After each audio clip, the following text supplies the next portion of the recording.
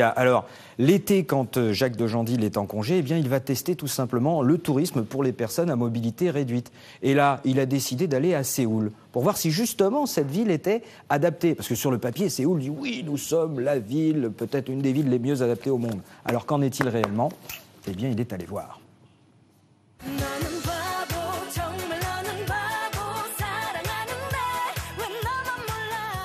Bonjour, c'est en Corée que je vous amène aujourd'hui. Au pays du matin calme, à Séoul, où rivalisent tradition et modernité, j'ai voulu me promener, visiter, rencontrer, en toute autonomie et en toute liberté, Paris réussi.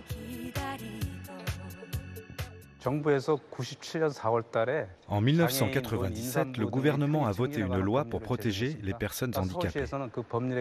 C'est ce qui a permis de développer les infrastructures et c'est pourquoi la ville de Séoul est si accessible aujourd'hui. Les rues de Séoul sont tapissées de parcours podotactiles pour permettre aux non-voyants de se repérer facilement.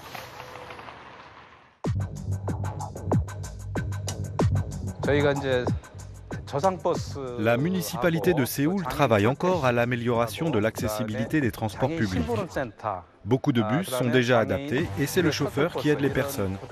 Évidemment, tous ces services sont gratuits. Voilà dans les entrailles de Séoul.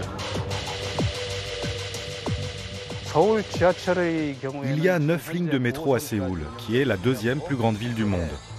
Potentiellement, ça fait 25 millions d'usagers.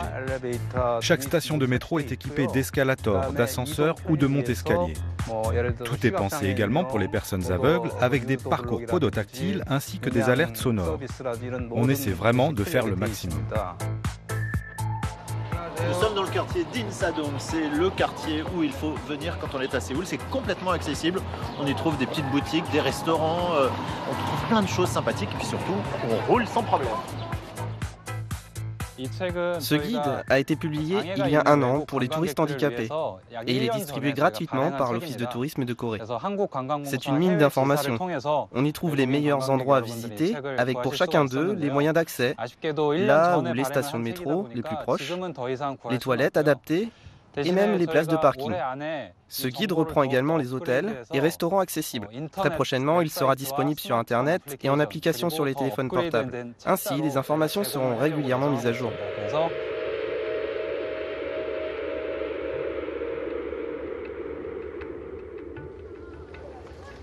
Avec lui, au moins, j'ai plus de complexe. Every afternoon here to pray.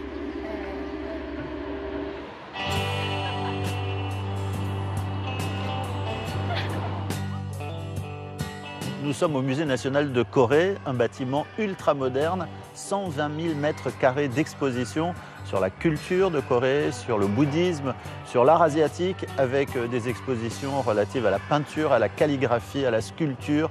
Il y a plein de choses à voir ici, c'est le monument à visiter à Séoul.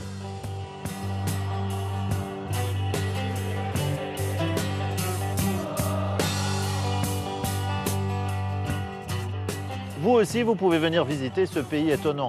Toutes les bonnes adresses et les bons plans sont sur le site de l'émission. Très bonne journée, à bientôt.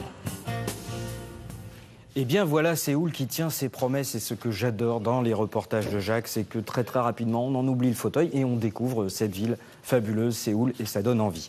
Voilà, ça c'était pour la chronique de Jacques. Maintenant nous allons passer